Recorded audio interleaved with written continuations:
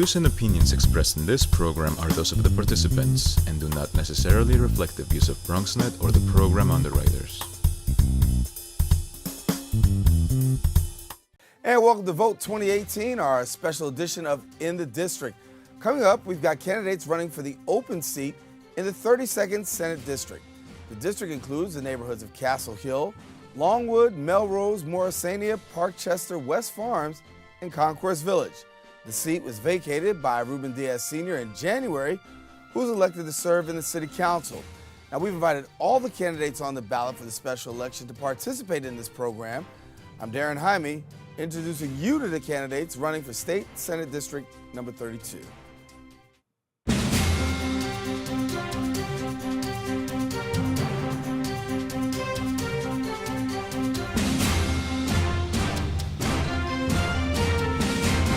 And joining us now is Patrick DeLisis, Republican candidate for the 32nd Senate District. We welcome him now to In the District, and good to have you. Good to be here, Darren. Thank you for inviting me. Thank you. So let me ask the question. As you talk a little bit about the district, and you see your district, what is it that made you the determining factor, first of all, for you to run? Well, it's not one particular factor. It's one particular factor, several factors. For example, the South Bronx has the highest crime rate in New York City, and this has been over 50 years. The South Bronx has the highest unemployment rate in New York City. Again, this has been over 50 years. So you have high crime rate, high unemployment rate, high obesity rate, high asthma rate, high noise pollution. So the South Bronx is in trouble. The South Bronx is a war zone. The New York Times several years ago had a featured article on groups of individuals engaging in illegal activities called the Cowboys. So the South Bronx, what is known or was known as Fort Apache, is a war zone, and the South Bronx needs to be fixed. I have the qualification, I have the experience, I have the academic background, I have the professional background, and I have the personal commitment and love to fix what is plaguing the people in the South Bronx.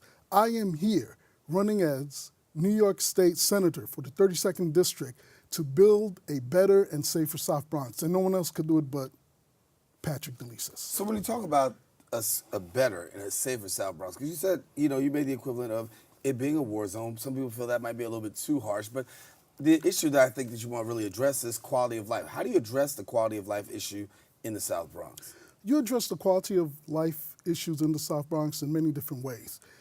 Some people may think that me saying that the South Bronx is like a war zone might be a little bit too harsh, but one needs to live in the South Bronx. One needs to come to the South Bronx and visit the South Bronx. Bring your family to the parks in the South Bronx. And what you see in the parks are dirty needles where kids play. Kids could be infected with all types of diseases. What you see in the South Bronx is a lot of pollution. What you see in the South Bronx is a lot of crime. So the quality of life is deplorable in the South Bronx. And no one is really addressing the quality of life issues in the South Bronx except for Patrick DeLisis. So if one was to visit my website, www.voteforpatrickdelisis.com, they see what I'm talking about. You have to hold city and state agencies accountable in terms of deliverables regarding services, quality services to the South Bronx, be it sanitation, being at the Parks Department in terms of cleaning the parks and making the parks greener and user-friendly for families and visitors within the South Bronx. In addition to that, you don't see nowhere in New York City where they're building a prison, but they want to build a prison in the South Bronx, even though the South Bronx already have 2 other prisons. So they want to add a third, and they're spending over $10.5 billion to build that prison. Instead of building that prison with $10.5 billion, build schools, build affordable housing, fix the parks, clean the South Bronx, increase and improve the quality of life. People in the South Bronx, as the New York Times article 2 days ago addressed about building the prisons in the South Bronx, people in the South Bronx don't want to be surrounded by inmates.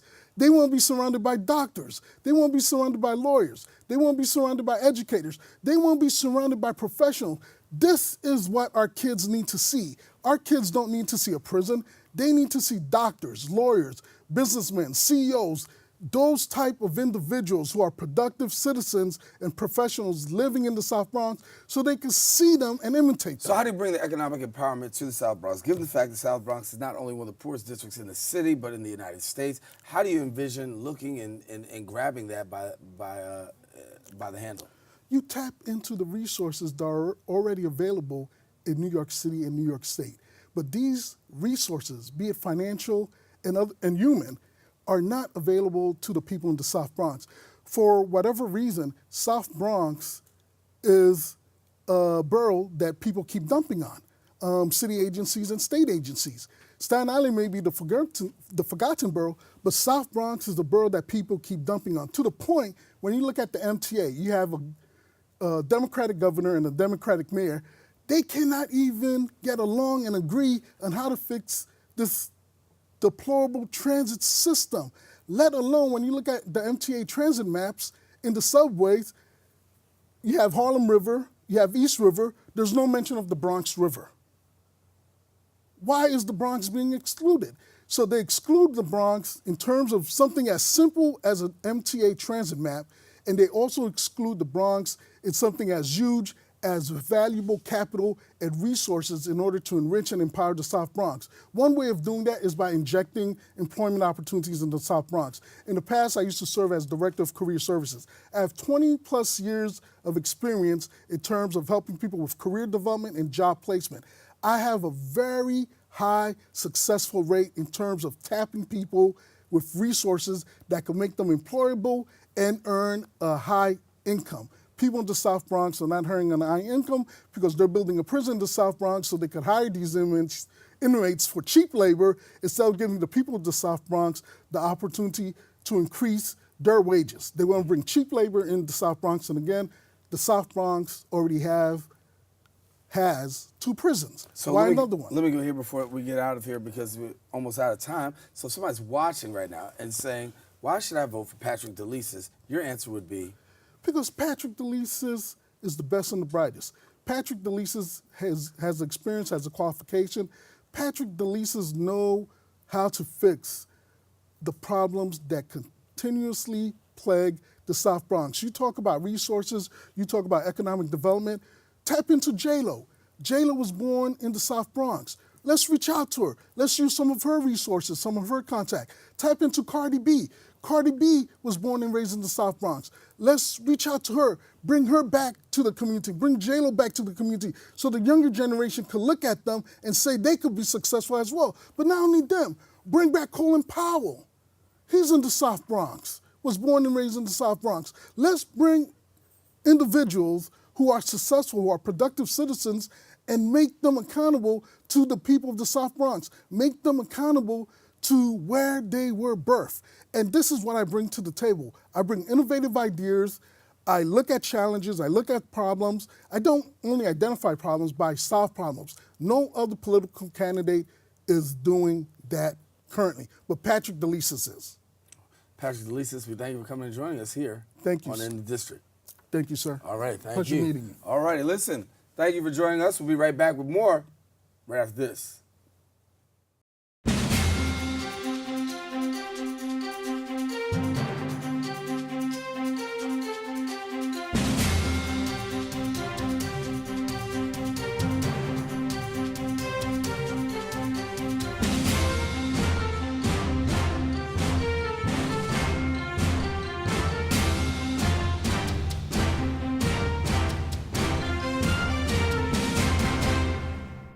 And welcome back. Joining us now is Louis Sepulveda, Democratic candidate for the 32nd Senate District, and we welcome you to In the District. Good to have you. Thank you so much for inviting me. Hey, so the big question is, why the Senate?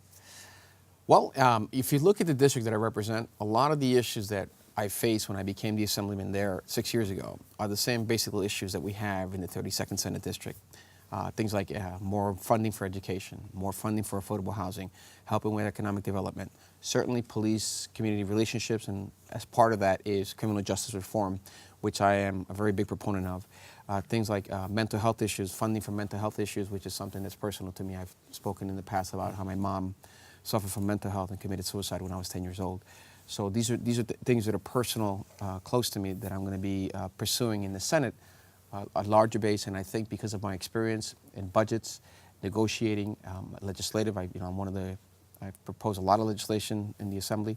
I think when I get someone who has the experience, who's proven that he or she can work on behalf of the community, improve the community, and that's why I decided to throw my hat into the ring. What do you see as the biggest need right now, currently in your district? Well, I mean, there are a couple of there are a multitude of issues. One of the biggest problems we have is affordable housing. Obviously, gentrification is starting to creep in, and you have people that have devoted their entire life to living in that community, improving in that community, and now they face the challenge of possibly being priced out of the market.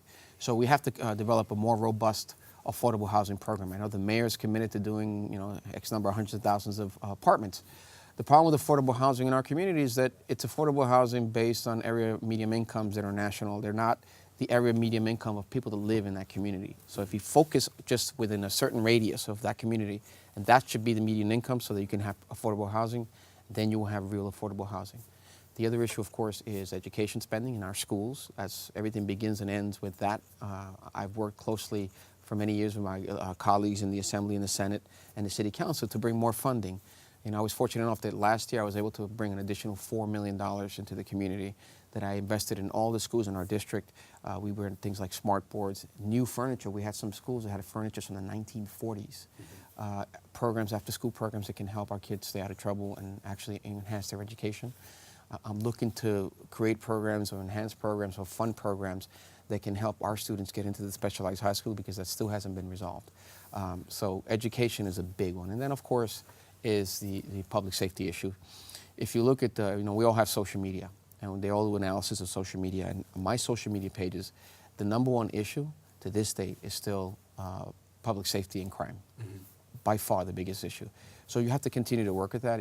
I've done several things, like I allocated several years ago about $500,000 to get in these large cameras that immediately tend to reduce the crime rate in the areas. No matter where you put it, it's a drop of 40%. So we were able to do it in some of the high crime areas in the area. We work closely with the commanding officers and the executive officers on policing and community relationships. These, I think, are the biggest problems that we face, and I hope to continue to work the way we have. So talk to me a little bit more about the affordable housing, the gentrification issue. Mm-hmm. You live in a neighborhood that's considered one of the poorest in the United States, right. And yet and still this seems to be a major problem. How do you plan on dealing if elected? Well, one of the things that we have is that we have to create programs that allow people to invest, businesses, and to purchase homes in the community. There's still a lot of redlining going on. In fact, the banks use different methods. But there have been studies that take into effect and factors, they say is the credit score. But there have been studies that have taken into account credit scores and other factors to determine if we can still call it redlining. Mm-hmm. And redlining still happens in an overwhelming number of communities of color, especially Black and Latino communities. So we have to make sure that these banks that are making a profit, some of them have branches or work in the community, that they allocate a certain amount of money for people to purchase homes in these communities in an affordable way. We have to continue to create affordable housing. We have to make sure that we allow the people that live in this community to have capital to start businesses. To do that, again, that's part of the economic development plan. You have to have affordable housing, you have to have good schools, and a decrease in crime rates. Mm-hmm. These are the things that foster good business development, and that's what we have to do. How do we address the issue of the rising tide of jails? You've got jails that are, proposed for the area. Mm-hmm. You guys have spoken out and said, but if elected, how do you handle it? Well, there's been an outcry about closing Rikers Island. I think some people in our community, some leaders in our community, have to contend with, we can't ask to close Rikers Island and then not have a backup plan. What the mayor has proposed is to put smaller type prisons for young individuals that are controlled by Department of Corrections and the police department. It's not a safety issue, but the NIMBY issue comes up when no one wants that in their community. People, there's some communities that have risen, and they believe that bringing a prison there will sort of like minimize and essentially set back the community in terms of economic development and real estate property values. It's a classic NIMBY problem. But I've proposed, and I think some of my colleagues agree, is that we have these smaller prisons closer to the courthouses. It decreases transportation issues, it decreases cost, but we have to have them somewhere. and let's do it in somewhere where it's feasible, where it makes sense, where these individuals that have to have court appearances then can be taken immediately. Build 2 smaller ones instead of 1 large one. And I think some of my colleagues like that plan. Others have different plans. Some of my colleagues just don't want it in their communities, and I understand that. But you're okay with it in the community? Well, there's no other option. We can't ask for a closure of Rikers Island. We can't say some people say, oh, we can do it before 10 years. We can't do that, and yet not have a master plan.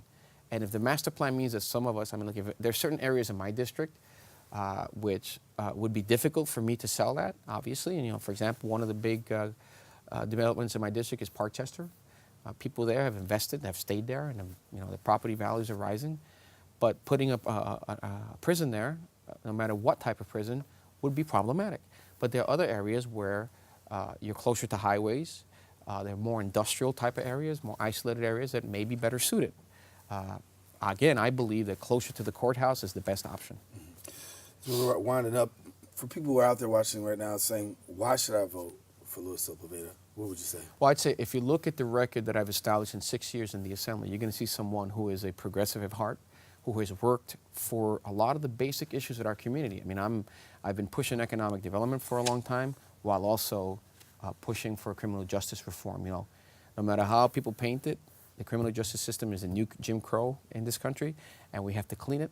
We have to fix it. It's unconstitutional, and it treats communities of color, especially young Black and Latino men. They treat them like third-class citizens, and that should never happen, even if you're a prisoner. There's still some basic fundamental rights that we should maintain as a civilization. And we have to make sure that our criminal justice system doesn't depend on the zip code where you come from and on the color of your skin. If elected, what's your first priority in office?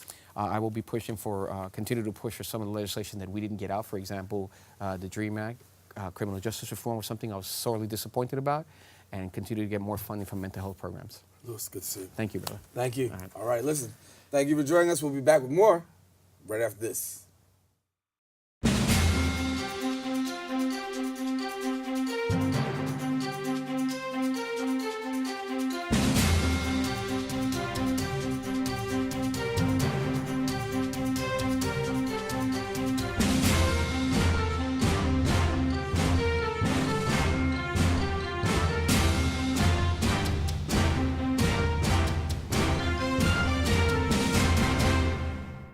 And welcome back. Joining us now is Pamela Stuart Martinez, Reform Party candidate for the 32nd Senate District. And Pamela, good to have you.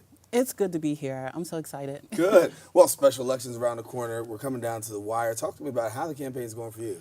Oh my goodness, it's so much to do, so little time to do it in. The mayor it feels like the governor just announced it like a couple of days ago. I know it's been well over a month, but it feels like it's only been a few weeks. Yeah. So it's just so much to do, so little time to do it in. And you got a few minutes to get your platform out, literally and figuratively. So let's talk about this here. So when you talk about the race for 32nd, why do you want to seek the seat?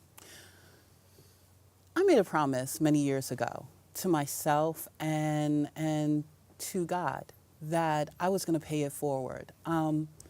I was in and out of the foster care system as a child. When I finally landed in a home that was going to be my permanent home, I was a very insecure, scarred emotionally, 6 going on 7-year-old who could not read and failed the first grade. My family that chose me placed me in a great church, which gave me lots of faith. Belief in a higher power. They also enrolled me in our local community public school. And I will tell you, they took a child who needed so many tools and resources in order to be successful in school and turned her into someone who got a full scholarship to a prep school in New Hampshire. That's what a great education can do for you, and being in the right environment where they give you the resources and tools that you need. And so I promised myself that I was going to come back and give back to my community and for all the children who are like me and unlike me, to ensure that they have a piece of being part of what makes this country great for everyone, have a part of what is the great equalizer, education. So talk to us about the 32nd District. What do you see as the primary things that need to be addressed in the district? Okay, we have a housing crisis. We have an education crisis. We have issues with income. We have our median income in the 32nd district is about 28,000. Now, that's including families, and most families are not just families of one. We're talking families of 3, 4, 5. In my case, I have 7 children.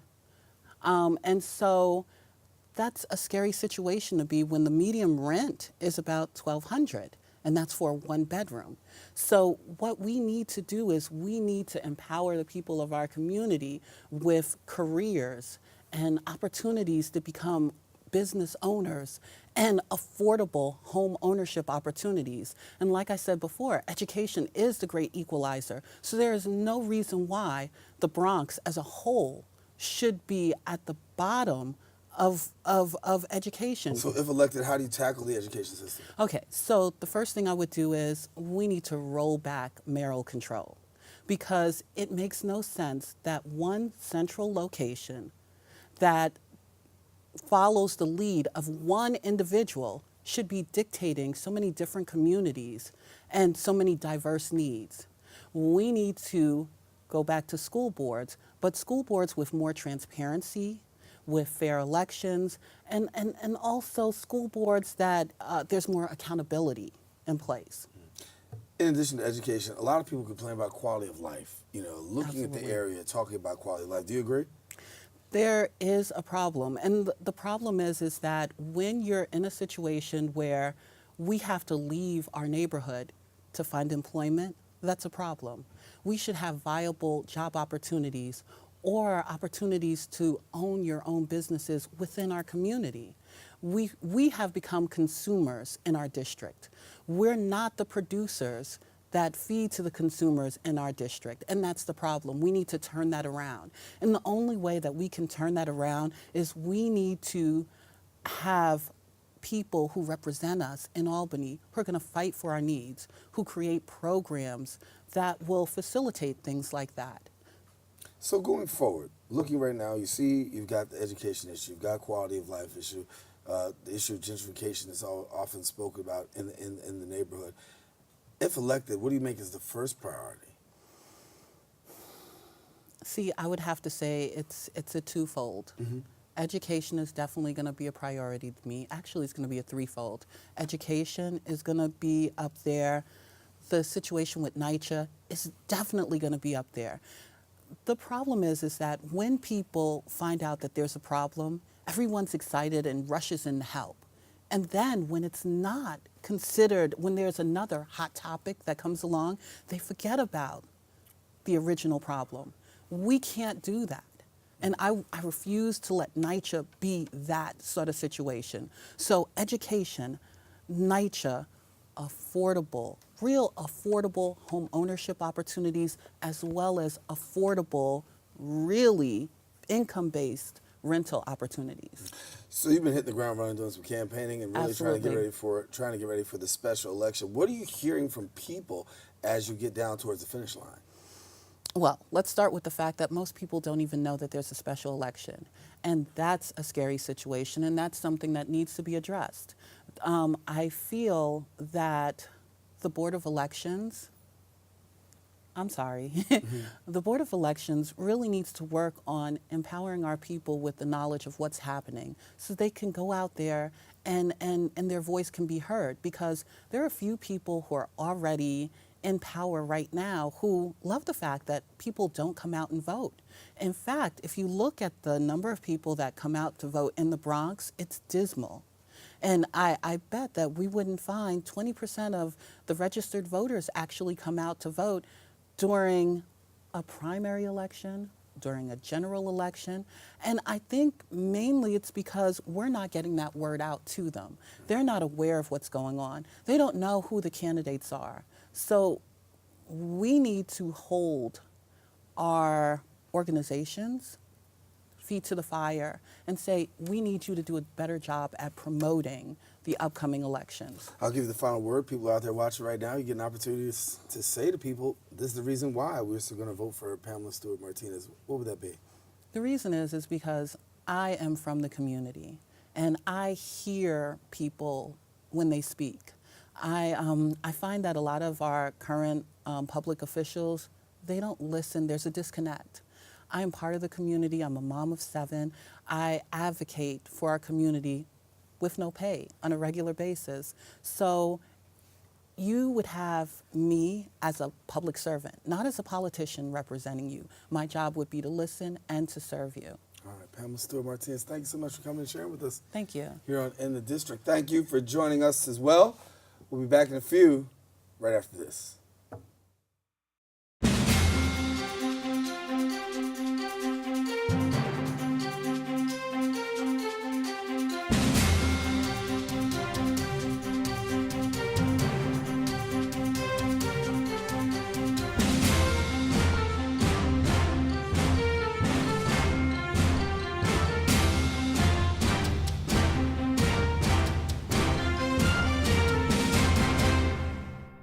And thank you for joining us. Now, for more information about this election, you can follow us at BronxNet TV.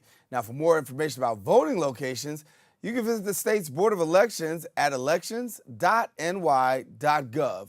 And remember, most of all, head out to the polls on April 24th to make your voice heard. I'm Daren Jaime, and you've been watching In the District.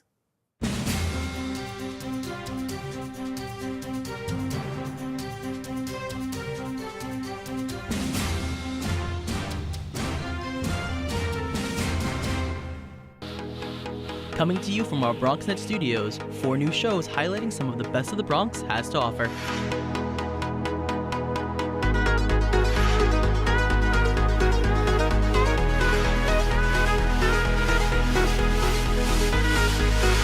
We sit down with political leaders on In the District and discuss local legislation, events, and issues.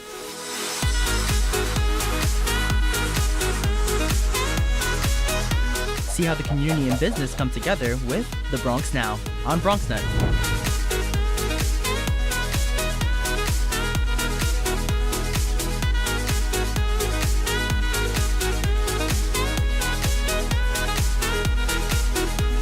Nosotros features leaders from our Latino community.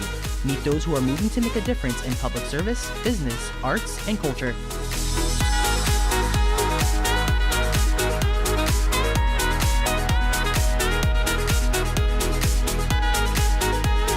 Looking for new and exciting dining experiences? Then you'll want to savor the Bronx and try new restaurants and eateries that fill the borough with delicious dishes.